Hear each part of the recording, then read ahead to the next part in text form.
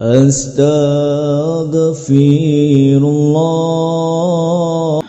Bismillahirrahmanirrahim. Assalamualaikum warahmatullahi wabarakatuh. Alhamdulillah wassalatu wassalamu ala rasulillah wa ala alihi wa sahbihi wa mawalah. Wala hawla wala quwata illa billahi wa ba'd. Alhamdulillah, di pagi menjelang siang ini kita kembali bisa melanjutkan kajian tauhid, dan kita masuk pada bab ke 34, merasa aman dari siksa Allah ataupun makar Allah, dan berputus asa dari rahmat Allah subhanahu wa ta'ala.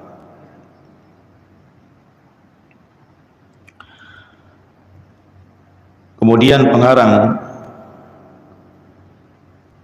kitab ini mencantumkan beberapa dalil,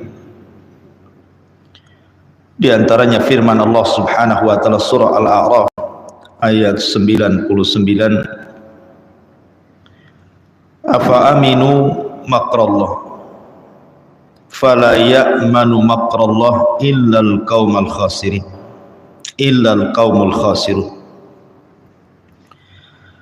Maka apakah mereka merasa aman dari azab Allah? Sesungguhnya tidak ada yang merasa aman dari azab Allah kecuali orang-orang yang rugi. Dan Allah subhanahu wa ta'ala mengatakan dalam surah Al-Hijr ayat 56, wa man yaqnut min rahmati rabbih illa dhalum, dan tiada yang berputus asa dari rahmat Rabbnya kecuali orang-orang yang sesat. Kemudian diriwayatkan juga dari Ibnu Abbas radhiyallahu anhuma, ketika ditanya tentang dosa-dosa besar, walaupun sebagian ulama menganggap sanadnya lemah, maka Nabi sallallahu alaihi wasallam kemudian menjawab, asyirku billahi wal ya'su min rauhillahi wal amnu min makrillahi. Di antara dosa besar adalah syirik kepada Allah, berputus asa dari rahmat Allah, dan merasa aman dari makar Allah subhanahu wa ta'ala. Kemudian juga disebutkan oleh Abdul Razzaq, diriwayatkan dari sahabat Abdullah bin Mas'ud radhiyallahu anhu, dia berkata, akbarul kabair asyirku billah wal amnu min makrillah wal qunutu min rahmatillah wal ya'su min rauhillah. Dosa-dosa besar yang paling besar adalah menyekutukan Allah, merasa aman dari siksa Allah, berputus asa harapan dari rahmat Allah, dan berputus asa dari pertolongan Allah subhanahu wa ta'ala. Baik, pagi ini kita akan membahas dua perkara. Pertama, merasa aman dari makar Allah subhanahu wa ta'ala atau siksa Allah, dan kebalikannya berputus asa dari rahmat Allah subhanahu wa ta'ala. Ma'asyiral muslimat yang dimuliakan Allah subhanahu wa ta'ala, kita tahu bahwa sebab terbesar kenapa orang itu gemar melakukan maksiat, kecanduan dengan maksiat, tidak mau berhenti dengan maksiat, penyebabnya adalah karena dia merasa aman dari makar Allah, atau dengan kata lain karena dalam hatinya tidak ada rasa takut kepada Allah Subhanahu wa taala. Ini yang menyebabkan kenapa orang itu tidak mau berhenti dari maksiat.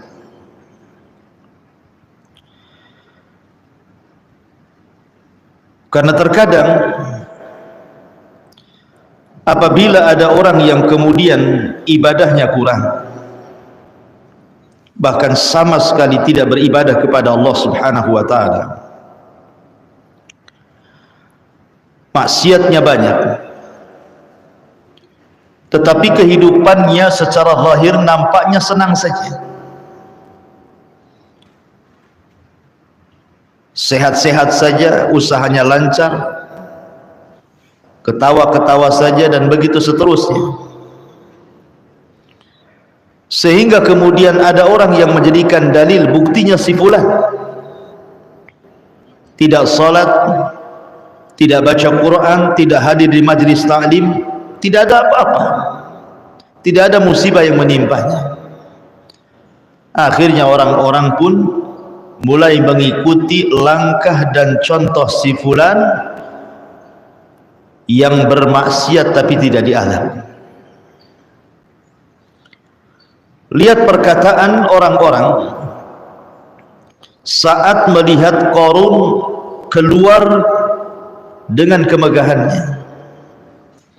Allah Subhanahu wa taala berfirman, "Fa kharaja ala qaumihi fi zinatihi qala alladziina yuriduna al-hayata ad-dunya ya laita lana mithla ma utiya Qarun."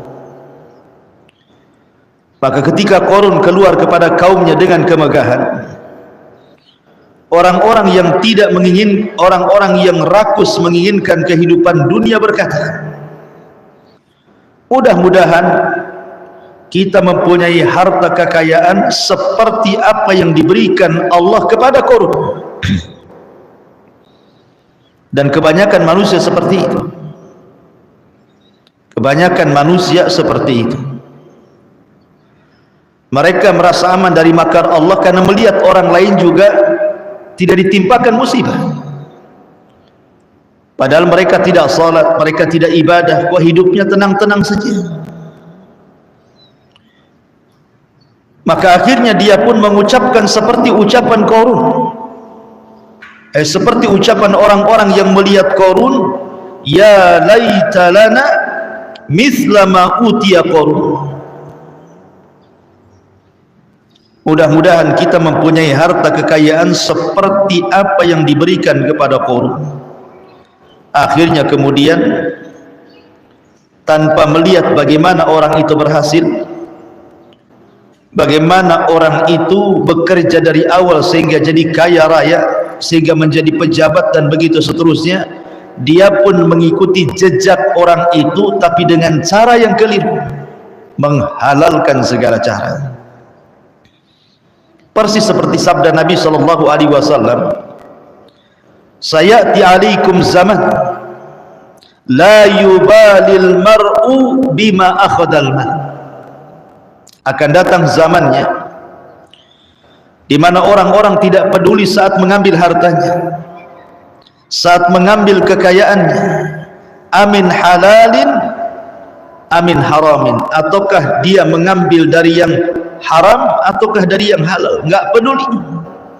Yang penting dia bisa kaya seperti dia, bisa punya pangkat jabatan seperti dia. Akhirnya dia merasa aman dari makar Allah dan tidak takut kepada Allah Subhanahu wa taala. Itulah penyebab terbesar kenapa orang tidak peduli dan peduli dengan maksiat, karena tidak ada rasa takut dalam hatinya yang menimbulkan merasa aman dari makar Allah Subhanahu wa taala. Ma'asyiral muslimat yang dimuliakan Allah Subhanahu wa taala, padahal kalau seandainya kita masih memandang bagaimana kisah Qarun, Qarun itu, Bu, pada awalnya dia adalah pengikut Nabi Musa. Bahkan diceritakan bahwa Qarun ini seorang munawwir, orang yang memiliki bacaan Taurat yang paling indah di zamannya. Orang suka dengan Qarun. Akhirnya kemudian saat dibukakan kepada Qarun kekayaan yang membentang di hadapannya, sehingga Qarun menjadi kaya raya, akhirnya lupa diri. Begitulah kekayaan terkadang melupakan dirinya. Kalla innal insana la yatgha an ra'ahus taghna. Terkadang orang mudah melampaui batas ketika Allah Subhanahu wa taala berikan kecukupan kepadanya. Akhirnya kemudian Qarun ini dinasihati baik-baik.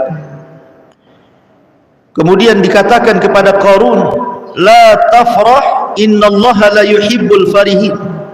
Qarun, jangan senang dulu, karena Allah Subhanahu wa taala tidak suka kepada orang-orang yang menyombongkan dirinya. Allah tidak suka dengan orang-orang yang menyombongkan dengan hartanya. Wabtaghi fima ataqallahu daral akhirah wa la tansa nasibaka minad dunya wa ahsin kama ahsanallahu ilaik wa la tabghi al fasada fil ard innallaha la yuhibbul mufsidin. Kemudian orang-orang baik ini pengikut Nabi Musa menasihati lagi, Qarun, carilah pahala negeri akhirat dengan apa yang telah dianugerahkan Allah kepadamu. Artinya hartamu itu gunakan di jalan Allah, tetapi jangan sampai engkau lupa bagianmu di dunia, dan jangan sampai lupa untuk berbuat baik kepada orang lain sebagaimana Allah telah berbuat baik kepadamu. Sebagaimana Allah sudah membentangkan kekayaan kepadamu, maka kau harus berbuat baik kepada manusia. Berikan haknya, hartamu kepada manusia, zakatnya, sedekahnya, dan janganlah kamu berbuat kerusakan di bumi ini, karena sungguh Allah tidak menyukai orang-orang yang melakukan kerusakan. Artinya Qarun itu sudah dinasihati agar jangan sombong, karena Allah tidak suka dengan yang sombong. Jangan merusak di bumi, karena Allah tidak suka orang-orang yang merusak. Sebagaimana Allah telah berbuat baik kepadamu dengan melimpahkan harta, maka kau juga harus berbuat baik kepada manusia. Jadi Qarun ini sudah dinasihati, tetapi mental nasihatnya, dia pun lalai dengan kehidupan dunianya. Hartanya menutupi akal dan juga hatinya. Justru dia menjadi orang yang paling membangkang nabinya. Maka apa yang terjadi ketika Qarun merasa aman dari makar Allah, tidak takut kepada Allah, maka Allah Subhanahu wa taala firmankan, fa khassafna bihi wa bidarihil arda fama kana lahu min fi'atin yansurunahu min dunillah wa ma kana minal muntasirin. Maka kami benamkan si Qarun beserta rumahnya, beserta harta-hartanya ke dalam perut bumi, maka tidak ada baginya satu golongan pun yang akan menolongnya selain Allah, dan tidak termasuk orang-orang yang dapat membela dirinya di hadapan Allah. Lihat, orang-orang yang merasa aman dari makar Allah, akhirnya Allah Subhanahu wa taala timpakan kepada Qarun azab yang sangat pedih, ditenggelamkan dirinya dan seluruh harta-hartanya. Ma'asyiral muslimat yang dimuliakan Allah Subhanahu wa taala, Uqbah ibn Amir radhiyallahu an mendengar hadis dari Nabi sallallahu alaihi wasallam. Kata Nabi sallallahu alaihi wasallam, "Idza ra'aitallaha yu'til 'abda minad dunya 'alal ma'asihi ma yuhibbu fa innama huwa istidrajuh." Perhatikan di sini. apabila engkau melihat Allah memberikan kepada hambanya banyak dunia padahal dia ahli maksiat. Kan begitu Bu ya, di masyarakat itu kadang ibu melihat tetangga ibu enggak sholat tetapi kaya, enggak sholat tapi sehat, enggak sholat tapi bisnisnya lancar, enggak sholat tetapi hidupnya nampaknya senang-senang. Apa kata Nabi SAW, kalau engkau melihat Allah memberikan sesuatu kepada hambanya dari dunia padahal dia di atas kemaksiatan kepada Allah Subhanahu wa ta'ala, bahkan dia cinta dengan maksiat itu, kata Nabi SAW, fa innama huwa istidraj, itu hanya istidraj saja Bu. Apa istidraj itu Bu? Istidraj itu artinya Allah sengaja membiarkan, dibiarkannya dia sampai pada waktunya Allah kirim azabnya. Makanya kemudian Rasul Nabi SAW membacakan sebuah ayat kepada kita semuanya setelah mengatakan seperti itu, falamma nasu ma dzukkiru bih fatahna alaihim abwaaba kulli syai'in hatta idza farihu bima utu akhadnahum baghtatan fa idza hum mublisun. Maka ketika mereka melupakan peringatan yang telah diberikan kepada mereka, kami pun membukakan semua pintu kesenangan untuk mereka. Ketika mereka melupakan peringatan yang telah diberikan kepada mereka, kata Allah, kami pun membukakan semua pintu kesenangan untuk mereka. Mereka tidak salat, mereka maksiat, tapi mereka senang dengan dunia, dibukakan dunia lebar-lebar kepadanya. Tetapi apa yang terjadi? Sehingga ketika mereka bergembira dengan apa yang telah diberikan kepada mereka dari Allah, akhadnahum baghtatan fa idzahum mublisun, maka siksa mereka Allah atau kami siksa mereka secara tiba-tiba, maka ketika itu mereka terdiam berputus asa. Begitulah Allah Subhanahu wa ta'ala terkadang membiarkan orang itu di atas kesenangan dulu, di atas kesenangan dulu, setelah kemudian merasa senang, merasa sombong, merasa tidak takut, merasa kemudian aman dari makar Allah Subhanahu wa ta'ala, maka Allah Subhanahu wa ta'ala akan mengirim azabnya sekonyong-konyong. Baru tahu kalau Allah Subhanahu wa ta'ala ala kulli syai'in qadir, atas segala sesuatu maha mampu. Perhatikan sebuah kisah Bu, yang disebutkan oleh Allah dalam surah Al-Qalam. Ini menunjukkan bahayanya merasa aman dari makar Allah.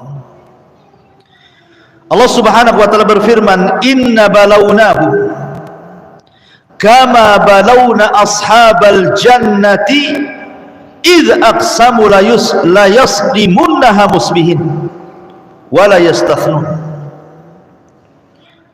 fatafa 'alaiha ta'ifun min rabbika wa hum na'imun fa asbahat kassarim fatanadaw musbihin anigdu ala harthikum in kuntum sarimin fantalaqu wa hum yatakhafatun alla yadkhulannaha al-yawma 'alaykum miskin wa ghadaw ala hardin qadirin falamma ra'awha qalu inna ladhalun bal nahnu mahrumun qala awsatuhum alam aqul lakum laula tusabbihun qalu subhana rabbina inna kunna zalimin.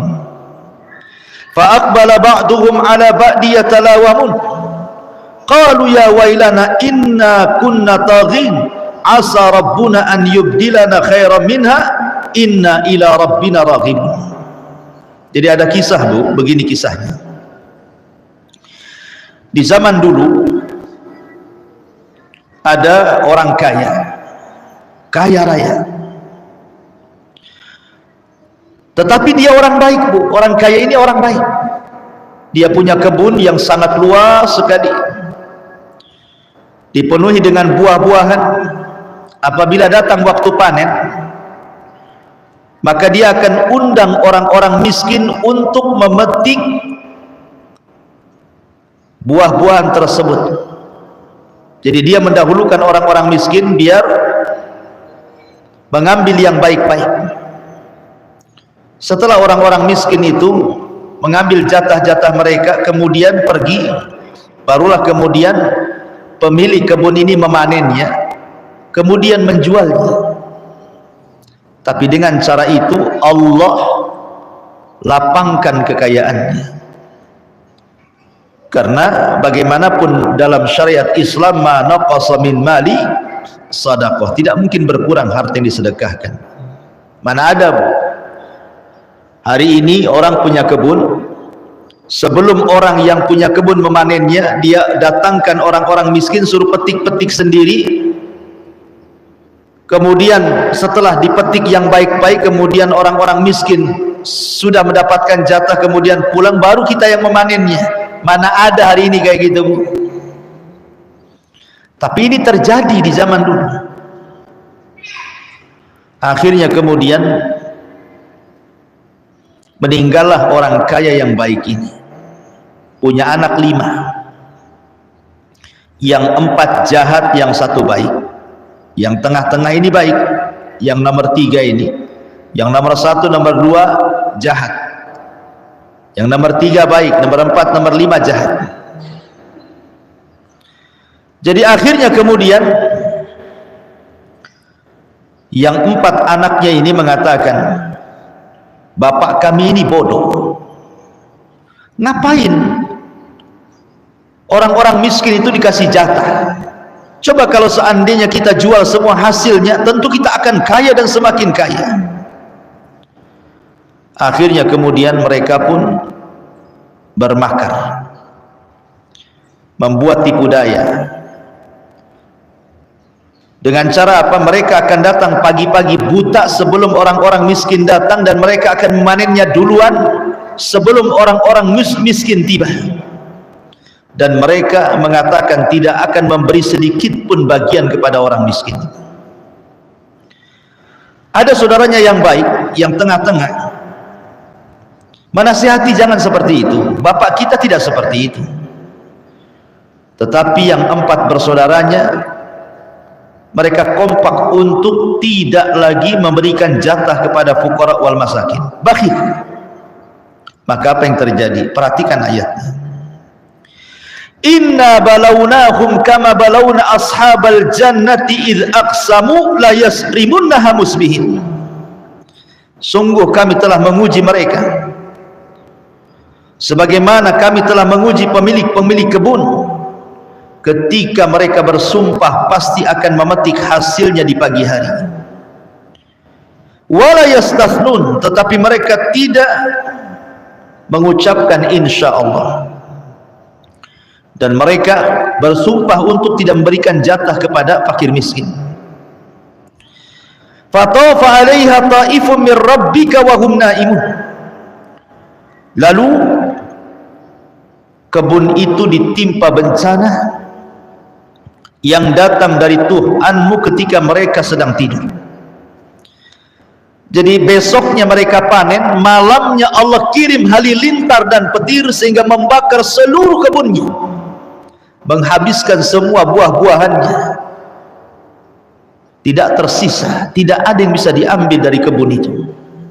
Fa asbahat kassarim, maka jadilah kebun itu hitam seperti malam yang gelap gulita karena terbakar.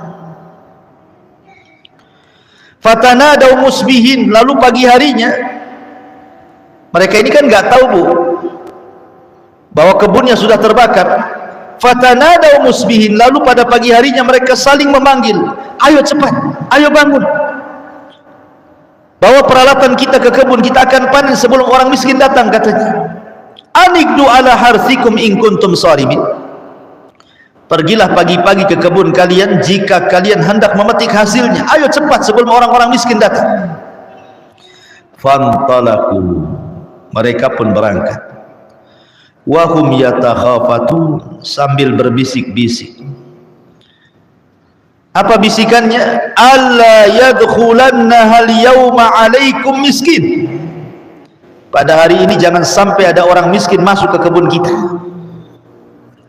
Wa ghadaw ala hardin qadirin, dan berangkatlah mereka pada pagi hari dengan niat menghalang-halangi orang miskin, padahal mereka mampu untuk bersedekah kepada orang-orang miskin. Mereka kaya, mereka sanggup memberikan kepada orang miskin dan tidak mengurangi harta mereka. Tapi karena bakhil, tidak punya rasa takut kepada Allah, tidak membalas nikmat dengan syukur, merasa aman dari makar Allah. Falamma ra'auha, ketika mereka melihat kebunnya yang sudah terbakar habis tidak tersisa, qalu, mereka mengatakan, inna ladhalun, sungguh kita benar-benar tersesat. Oh, ini bukan kebun kita, kita salah nih, ini kebun orang nih. Akhirnya kemudian dia cari lagi kebunnya, datang lagi ke situ. Dia cari lagi kebunnya, datang lagi ke situ. Memang itu kebunnya yang sudah terbakar. Akhirnya mereka mengatakan, bal nahnu mahrum, bahkan kita tidak memperoleh apapun. Makanya orang yang tengah-tengah dari anak si bapak kaya yang baik ini mengatakan, qala awsatuhum, berkatalah seseorang yang paling bijak di antara mereka, alam aqul lakum laula tusabbihun, bukankah telah kukatakan kepada kalian, maka mengapa kalian tidak bertasbih, memuja Tuhan, bersyukur kepada Allah, memberikan jatah kepada fuqara wal masakin. Qalu subhana rabbina inna kunna zalimin, mereka mengucapkan maha suci Tuhan kami, sungguh kami adalah orang-orang yang zalim. Maka fa'aqbala ba'duhum ala ba'di yatalawamun, lalu mereka sesama mereka saling menyalahkan. Qalu ya wailana inna kunna taghin, baru mereka sadar dan mereka katakan, celaka kita, sesungguhnya kita orang-orang yang melampaui batas. Asa rabbuna an yubdilana khairan minha inna ila rabbina raghibun, mudah-mudahan Tuhan memberikan ganti kepada kita dengan kebun yang lebih baik daripada yang ini, sungguh kita mengharap ampunan Tuhan kita. Kadzalikal adzab, seperti itulah azab dunia. Wala adzabul akhirati akbar, dan azab akhirat jauh lebih besar. Lau kanu ya'lamun, kalau mereka paham dan tahu hakikat azab akhirat. Beginilah nasib-nasib orang yang merasa aman Bu dari makar Allah. Maka jangan pernah aman dari makar Allah. Azab dunia saja sudah pedih, apalagi azab akhirat. Makanya orang-orang yang merasa aman dari makar Allah, dari azab Allah, baik azab dunia ataupun akhirat ini, harusnya mereka itu melihat bagaimana Nabi SAW bersabda ketika Nabi SAW suatu hari tidak suka makan, tidak suka minum, murung, sehingga sahabat bertanya, ada apa engkau wahai Rasul? Rasanya ada sesuatu pada dirimu. Kata Nabi SAW, kaifa un'am wa qad iltaqa masahibu qarnin qarna, bagaimana saya bisa merasakan nikmat hidup, kata Rasul, kalau pemilik sangkakala Israfil sudah meletakkan moncongnya di mulutnya dan siap ditiupkan untuk kiamat besar, kehancuran alam semesta. Bagaimana mungkin orang bisa merasa aman dari makar Allah? Bahwa di sana ada kiamat, di sana ada azab kubur, Di sana ada hari kebangkitan, di sana ada hari matahari didekatkan di atas kepala, di sana ada hari di mana keringat dicucurkan, di sana ada hari di mana timbangan-timbangan akan dibentangkan, catatan-catatan akan diterbangkan, kemudian jembatan akan dibentangkan di neraka jahanam. Kenapa kita tidak takut dengan makar Allah? Ma'asyiral muslimat yang dimuliakan Allah Subhanahu wa taala. Maka bahaya orang yang merasa aman dari makar Allah Subhanahu wa taala. Karena begini Bu, di dunia saja kita bisa melihat ya, rata-rata musibah yang ditimpakan Allah, baik banjir, tsunami, gempa, angin puting beliung, dan macam-macam yang kita saksikan di negara kita atau di negara orang, itu rata-rata kalau musibah itu datang Bu, itu rata-rata di waktu ketika manusia sedang tidur, sedang lalai. Rata-rata musibah itu datang di saat manusia sedang bermain-main, tidak sadar kalau musibah akan datang. Kan begitu Bu, lihat kenapa banyak orang mati saat gempa? Karena orang itu tidak tahu akan ada gempa. Kenapa banyak orang mati saat tsunami? Karena orang itu tidak tahu saat tsunami bahwa tsunami akan datang, bahwa angin puting beliung akan datang, bahwa banjir akan datang. Kalau orang sudah tahu kan pasti menyelamatkan diri Bu, nggak ada orang yang mati kan. Makanya Allah Subhanahu wa taala mengatakan, afa amina ahlul qura an ya'tiyahum ba'suna bayata wa hum naimun, awa amina ahlul qura an ya'tiyahum ba'suna duha wa hum yal'abun. Maka apakah penduduk negeri ini merasa aman dari siksa kami yang datang malam hari ketika mereka tidur? Ataukah penduduk negeri ini merasa aman dari siksa kami saat datang sementara mereka sedang bermain-main? Afa aminu makrallah fala ya'manu makrallah illal qaumul khasirun. Atau apakah mereka merasa aman dari siksa Allah yang datang tidak terduga? Tidak ada yang merasa aman dari siksa Allah kecuali orang-orang rugi. Terkadang ada orang yang mati saat terjadi musibah itu tidak sempat bertobat Bu, tidak sempat dia sholat, dia tidak pernah sholat tapi ngaku Islam. Saat datang tsunami, saat datang gempa, saat datang banjir, tidak sempat sholat, dia mati. Tidak sempat taubat, dia mati. Tidak sempat mengembalikan hak orang lain yang diambilnya. Tidak sempat dia meminta maaf kepada orang yang dizaliminya. Tidak sempat dia memperbaiki dirinya, mengeluarkan hak hartanya dari sedekah dan zakatnya. Tidak sempat apa-apa. Tiba-tiba kemudian datang kematian kepadanya. Apa yang terjadi? Su'ul khatimah. Dia mati di atas keburukan. Apa ini yang diinginkan? Itulah bahayanya kalau orang tidak takut kepada Allah, dan kalau orang itu merasa aman dari makar Allah Subhanahu wa ta'ala. Ma'asyiral muslimat yang dimuliakan Allah Subhanahu wa ta'ala. Makanya tanamkan rasa takut ini pada setiap hati kita, rasa takut kita kepada Allah, karena ini termasuk rukun ibadah. Ibu kalau sholat pasti baca Al-Fatihah kan Bu? Pasti semua orang yang sholat itu baca Fatihah, tidak mungkin gak baca Fatihah, ya kan? Baik sholat wajib ataupun sholat sunnah, karena Fatihah itu rukun.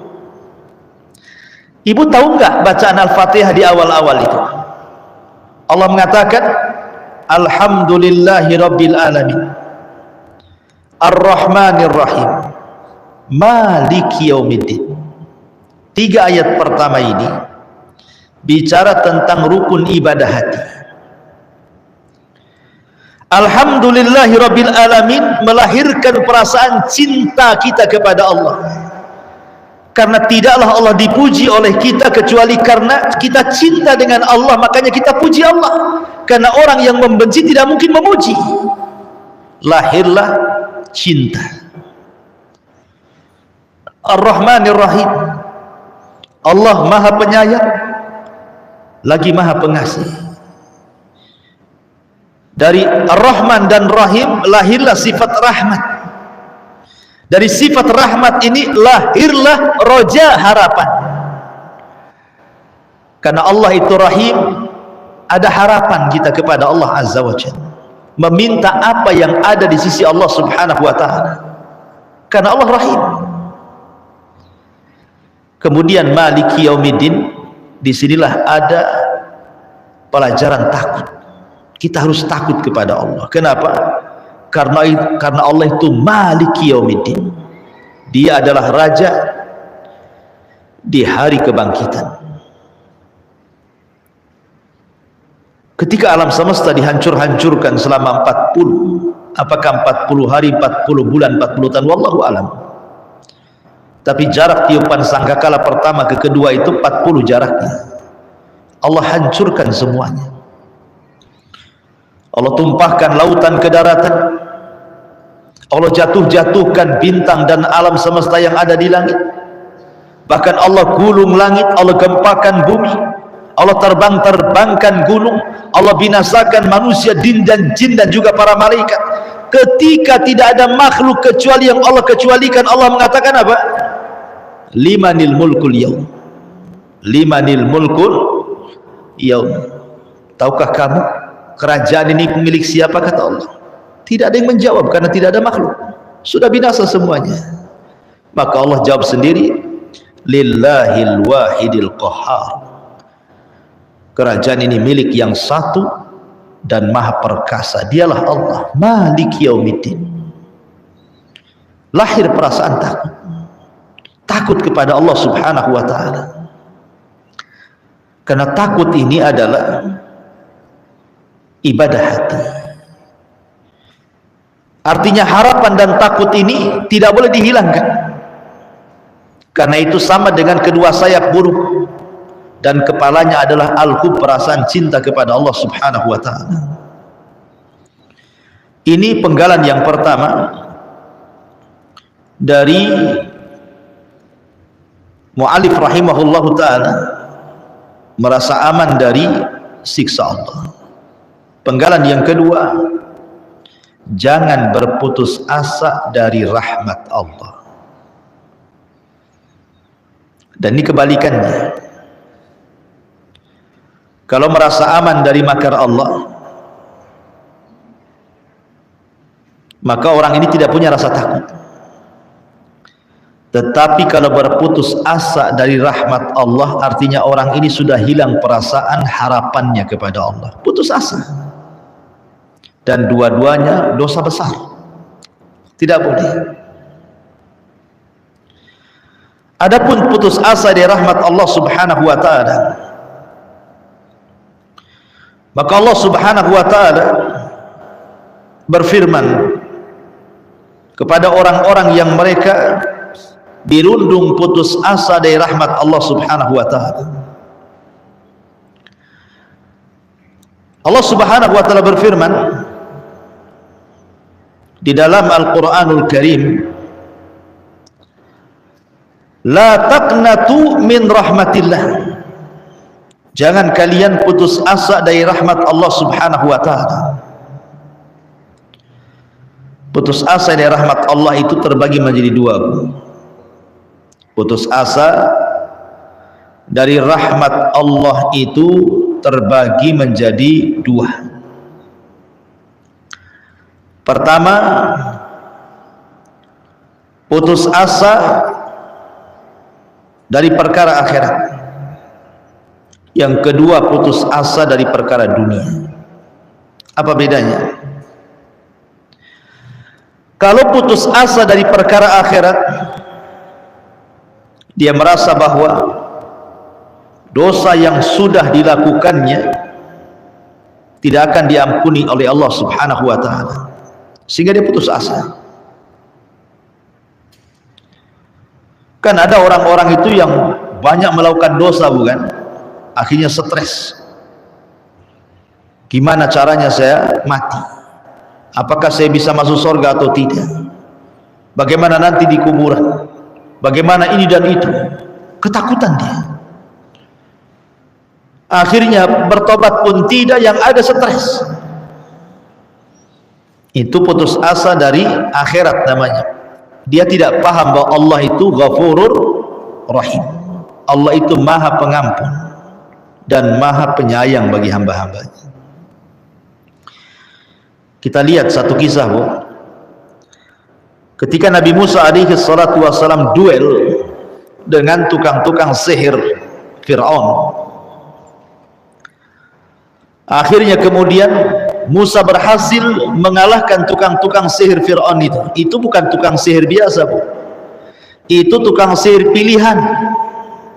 Dari semua tukang sihir yang ada diseleksi. Jadi tukang-tukang sihir yang melawan Nabi Musa itu bukan kaleng-kaleng, bukan tukang sihir rendahan, tidak. Itu sudah pilihan Fir'aun itu. Yang sakti-saktinya itu yang dipilih itu. Kemudian mereka pun duel dengan Nabi Musa. Mereka tidak sadar siapa yang dihadapi Musa. Kalimullah, ulul azmi, nabi, rasul, punya mukjizat. Ketika mereka melemparkan tali-talinya sehingga dihayalkan seolah ular yang menyerang Nabi Musa, maka Allah perintahkan Musa untuk melempar tongkatnya, tiba-tiba jadi ular beneran, bukan hayalan. Kalau mereka kan ular hayalan, kalau Nabi Musa ular beneran, besar lagi, kadang membesar, kadang mengecil, memakan tambang-tambang itu. Berkomat kami telah dukun-dukun Fir'aun itu, tetap saja tidak bisa merubah ular Nabi Musa, karena itu bukan hayalan, itu beneran. Itu mukjizat dari Allah. Ketakutan akhirnya. Karena ketakutan, menyerahlah tukang-tukang sihir Fir'aun itu, tiba-tiba bertobat.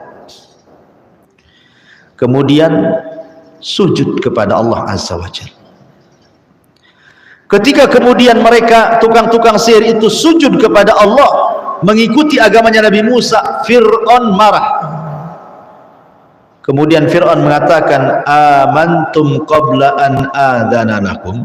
Berani-beraninya kalian beriman kepada Musa sebelum aku izinkan. Subhanallah, beriman saja harus izin si Fir'aun. Akhirnya Fir'aun pun mengatakan, kalau begitu kubunuh kalian semua, kalau kalian tidak murtad kembali. Akhirnya Allah takdirkan tukang-tukang sihir yang tobat ini istiqomah pula, dia tidak mau murtad. Akhirnya Fir'aun membunuh semua tukang-tukang sihir itu. Abdullah ibn Abbas radhiyallahu anhu mengatakan, lihat tukang-tukang sihir itu. Di pagi hari mereka saharatun fajar, menjadi tukang sihir yang jahat. Tapi di sore hari syuhadaun barara. Tukang-tukang sihir itu menjadi para syuhada, orang yang mati syahid dan mati di atas kebaikan. Dan Allah masukkan mereka ke dalam surga. Yang ingin saya katakan, Bu, tukang-tukang sihir Fir'aun itu tidak pernah sujud kecuali satu kali. Tidak pernah beribadah kecuali hanya satu kali sujud saja, itu seumur hidupnya. Mereka bergelimang dengan kesyirikan, menyembah berhala, menyembah Fir'aun. Mereka tidak punya kebaikan sama sekali. Mereka hanya sujud satu kali, habis itu dibantai oleh Fir'aun. Kata Abdullah ibn Abbas radhiyallahu anhuma, lihat tukang-tukang sihir Fir'aun itu. Di pagi hari mereka tukang sihir yang jahat, tapi di sore hari mereka menjadi para syuhada yang baik. Apa maknanya? Tukang sihir ini tidak punya kebaikan, tapi ketika tobat dan sujud satu kali, cukup bagi Allah untuk menyayangi tukang sihir ini dan masukkan ke dalam surga. Menunjukkan bahwa rahmat Allah itu lebih luas dibandingkan murkanya. Padahal kalau dibelen-belen, Bu, nggak belen kan, Bu? Seumur hidup dia melakukan kesyirikan, satu kali sujud menghilangkan semua dosa syiriknya, kan nggak belen. Tapi begitulah rahmat Allah mendahului kemurkaan Allah. Maka jangan pernah putus asa dari rahmat Allah. Jangan pernah putus asa dari rahmat Allah. Dahulu ada orang yang banyak melakukan dosa, banyak dosa yang dilakukannya, entah berapa dosa tidak terhitung yang sudah dia lakukan, sampai dia ketakutan saat hendak meninggal. Akhirnya dia kumpulkan anak-anaknya dan berwasiat, nah, kalau bapakmu mati, bakar bapakmu. Kemudian nanti debunya, abunya itu sebar di semua lautan yang ada di bumi.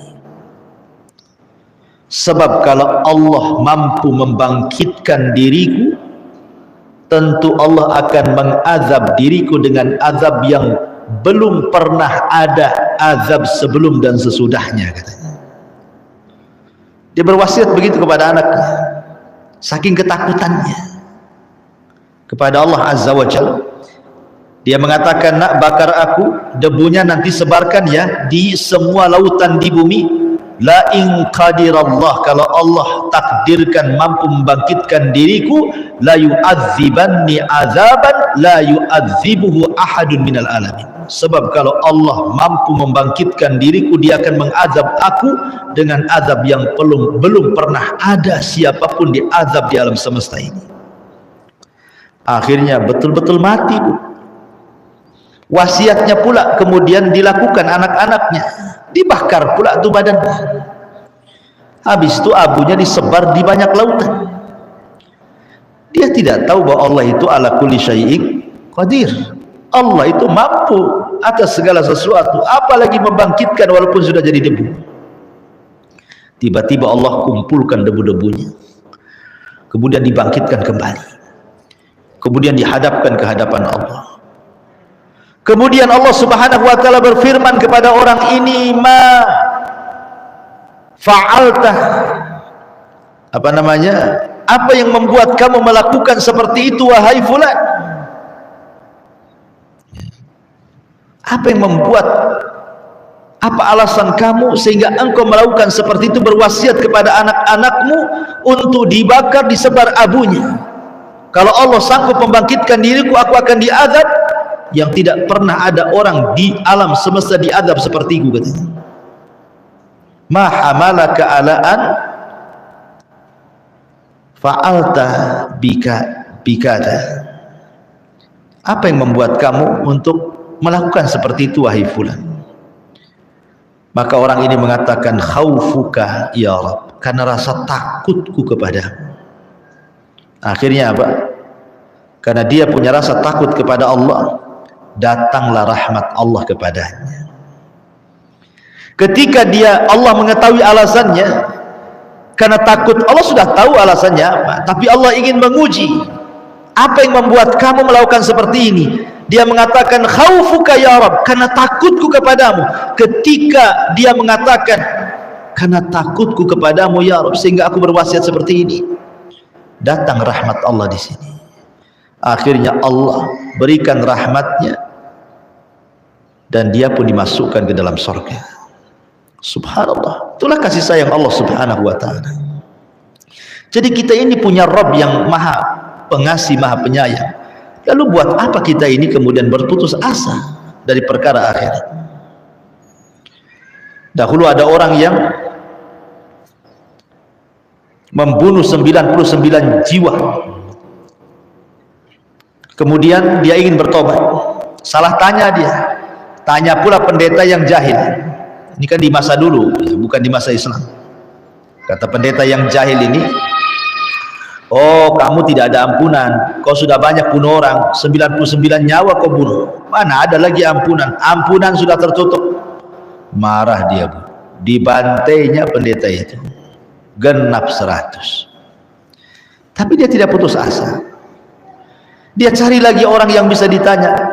Berjumpa pula dengan orang alim, pendeta tapi alim yang satu ini. Yang tadi pendeta jahil, ini yang satu alim. Ditunjukkanlah sama pendeta alim ini, kalau kau ingin bertobat, di sono ada desa semuanya orang alim, orang soleh, belajar kau di sana. Mudah-mudahan Allah terima tobatmu. Senang dia, karena ingin betul-betul tobat. Berangkat dia. Ketika di tengah jalan Allahu a'lam apa yang terjadi, tiba-tiba kemudian dia mati, belum sampai ke desa yang dituju tuh. Datang malaikat azab mau mengambil ruhnya. Ketika ruh itu hendak diambil malaikat azab, datang pula malaikat rahmat hendak mengambil ruhnya. Rebutanlah antara malaikat azab dan malaikat rahmat tentang ruh anak yang mau tobat ini, yang sudah membunuh 100 jiwa ini. Kata malaikat azab, dia pantas masuk neraka, 100 jiwa sudah dia bunuh. Kata malaikat rahmat, oh tidak bisa, dia harus masuk surga karena sudah ada niat tobat. Rebutan. Akhirnya Allah subhanahu wa ta'ala putuskan dan mengutus malaikat hakim. Akhirnya mengatakan, sudah gini saja, ukurlah antara kematiannya dengan desa yang dituju, dengan kematiannya dengan orang yang ditanya, orang alim yang ditanya. Sebenarnya secara jarak kematian dia dengan orang yang alim yang ditanya itu lebih dekat. Artinya malaikat azab berhak dengan ruhnya. Tetapi karena rahmat Allah, dilipat bumi, didekatkan dengan desa yang dituju, maka malaikat rahmat mengambil ruhnya. Subhanallah. Harusnya dia diambil malaikat azab, tapi dilipat bumi oleh Allah. Menunjukkan apa? Kasih sayang Allah kepada kita. Sebesar apapun dosa yang dilakukan manusia, kalau dia betul-betul datang kepada Allah ingin bertobat, Allah ampuni. Dosa sebesar syirik sekalipun kalau kita bertobat, Allah ampuni.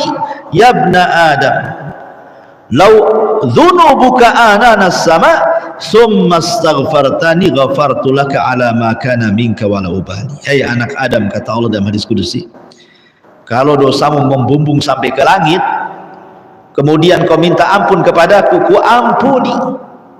Jadi jangan putus asa dari rahmat Allah tentang perkara akhirat. Yang kedua, ada orang-orang yang putus asa itu dari urusan dunia. Contoh umpamanya kekurangan ekonomi. Kan banyak Bu, saya pernah melihat di YouTube berita gitu ya. Ada seorang ibu meracuni berapa, 2 atau 3 anaknya. Jadi anaknya suruh minum racun, mati semua, termasuk anak bayinya itu suruh minum racun. Habis itu dia sendiri minum racun, mati semua. Dia dan 3 anaknya, termasuk anak bayinya itu, diajak mati bareng-bareng. Kemudian dia nulis surat. Isi suratnya itu ditujukan kepada suaminya. Kemudian isi surat itu intinya adalah mereka sudah tidak sanggup lagi hidup karena harus menanggung 3 anaknya. Dia tidak sanggup hidup karena tidak sanggup menanggung anak-anaknya, mencari nafkah untuk cari makan anak-anaknya. Akhirnya putus asa mengakhiri hidupnya. Lihat, dan berita seperti ini bukan 1-2 kali berita, tapi selalu ada berita yang semakna dan semisal berita ini. Orang-orang yang bunuh diri karena putus asa, masalah ekonomi, masalah dunia. Dia tidak yakin bahwa Allah itu Rahim. Allah yang mengatakan dalam Al-Quran, nahnu narzukukum wa iyahum, aku loh yang memberikan rizki kepada kalian dan anak-anak kalian. Kita ini hanya berusaha saja melangkah cari, nanti Allah tunjukkan semua ada rizkinya. Wa ma min dabatin fil ardi illa 'ala Allah rizquha, tidak ada binatang yang melata kecuali ada rizkinya, dan Allah tidak mewafatkan seorang hamba kecuali Allah sempurnakan rizkinya. Dan malaikat pembawa rizki utusan Allah tidak mungkin salah alamat saat memberikan rizkinya. Putus asa, ya, putus asa dari rahmat Allah. Ma'asyiral muslimat yang dimuliakan Allah subhanahu wa ta'ala, maka jangan pernah putus asa dari rahmat Allah hanya karena kefakiran. Atau ada juga berita kan, orang sakit parah, ya kalau saya nggak salah itu kasusnya, lupa saya, tapi intinya orang ini sudah sakit bertahun-tahun, mungkin sudah merasa merepotkan anak-anaknya, merepotkan saudaranya, dan dia pun sudah menahun sakitnya, tidak sabar dengan sakitnya. akhirnya mengakhiri hidupnya. Dia tidak sabar dengan penyakitnya, akhirnya membunuh diri, dia mengakhiri hidupnya karena tidak sabar dengan penyakitnya, putus asa dari rahmat Allah subhanahu wa ta'ala. Nah ini juga ada tuh kejadian-kejadian seperti ini, orang-orang putus asa karena tidak tahan menahan penyakit. Padahal kalau dia tahu bahwa di balik penyakit itu ada sabar, dan di balik sabar itu ada sorga, dan di balik sabar itu menggugurkan dosa-dosanya, tentu dia akan berusaha untuk sabar, dan Allah akan berikan terbaik kepadanya. Tapi banyak orang yang putus asa dengan rahmat Allah sehingga dia tidak bersabar, akhirnya mengakhiri hidupnya. Ma'asyiral muslimat yang dimuliakan Allah subhanahu wa ta'ala, ataupun dia tidak sabar dan putus asa ketika dia berdoa kepada Allah tapi kok tidak kunjung diijabah gitu ya, usahanya gulung tikar terus, kemudian buka usaha ini gulung tikar lagi, buka usaha itu gulung tikar lagi, akhirnya putus asa, jadilah dia penjahat. Kalau gitu saya maling saja dah, jadi copet aja lah, enak gitu. Yang halal aja susah dicari, apalagi yang haram katanya. Kan ada orang putus asa, ketika dia putus asa cari yang halal, lari ke yang haram. Makanya dahulu kan pernah saya ceritakan di zaman Ali radhiyallahu anhu itu, ada pengemis datang ke rumah Ali minta sesuatu. Kata Ali, tunggu, saya punya uang 4 dirham, dicari-cari lupa dia naruh. Akhirnya pengemisnya putus asa untuk menunggu, nyuri pula pelananya kudanya Ali, pulang dia. Ketika sudah ketemu uangnya, dicari-cari pengemis itu, manalah pengemis tadi itu, rupanya sudah pergi. Datang pembantunya Ali, pelana kudanya dicuri gitu. Kata Ali, ya sudahlah, ini ada uang 4 dinar 4 dirham, kau belilah pelana baru. Akhirnya pembantunya Ali ini pergi ke pasar, cari pelana, dapat pula pelana, harganya sama juga 4.000 dirham. Ketika Ali melihat, lah ini kan pelana kita katanya, kau dapat dari mana? Dari pasar wahai Ali. Bagaimana sifat-sifat penjualnya? Begini-begini. Allahu Akbar, itu kan pengemis tadi katanya. Coba kalau dia mau bersabar, dia mendapatkan 4.000 ini dengan cara halal, tapi karena tidak sabar, putus asa, dia pun dapat dengan cara haram.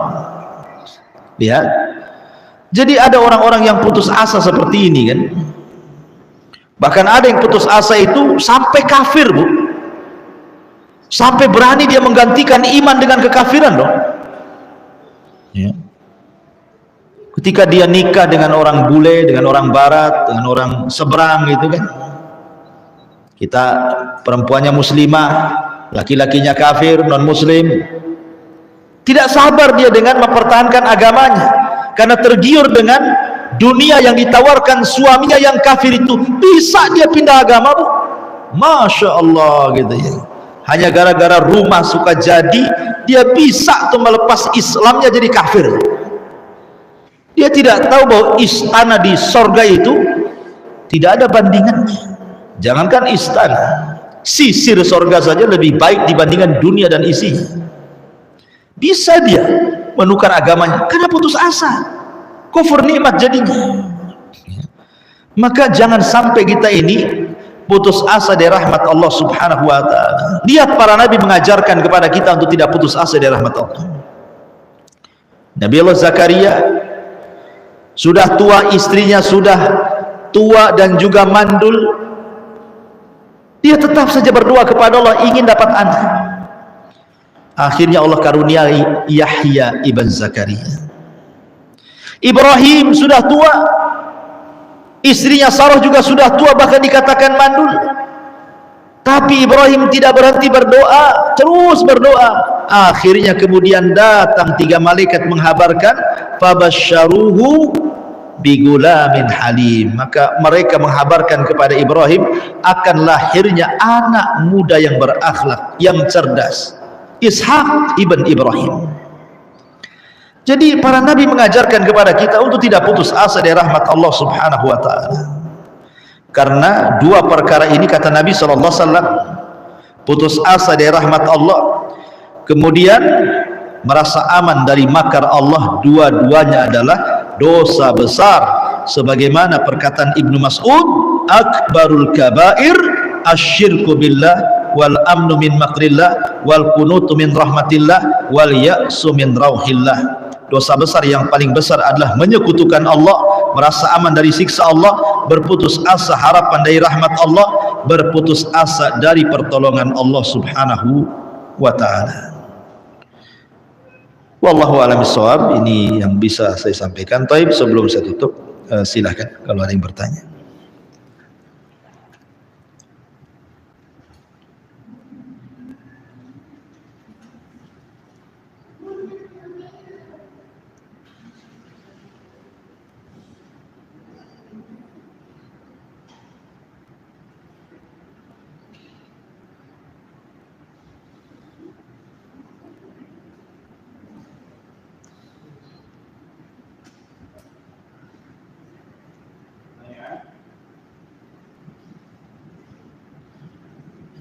Ya, kalau nggak ada, alhamdulillah. Subhanaka bihamdika, asyhadu an la ilaha illa anta astaghfiruka wa atubu ilaik. Allahu ta'ala. Assalamualaikum warahmatullahi wabarakatuh.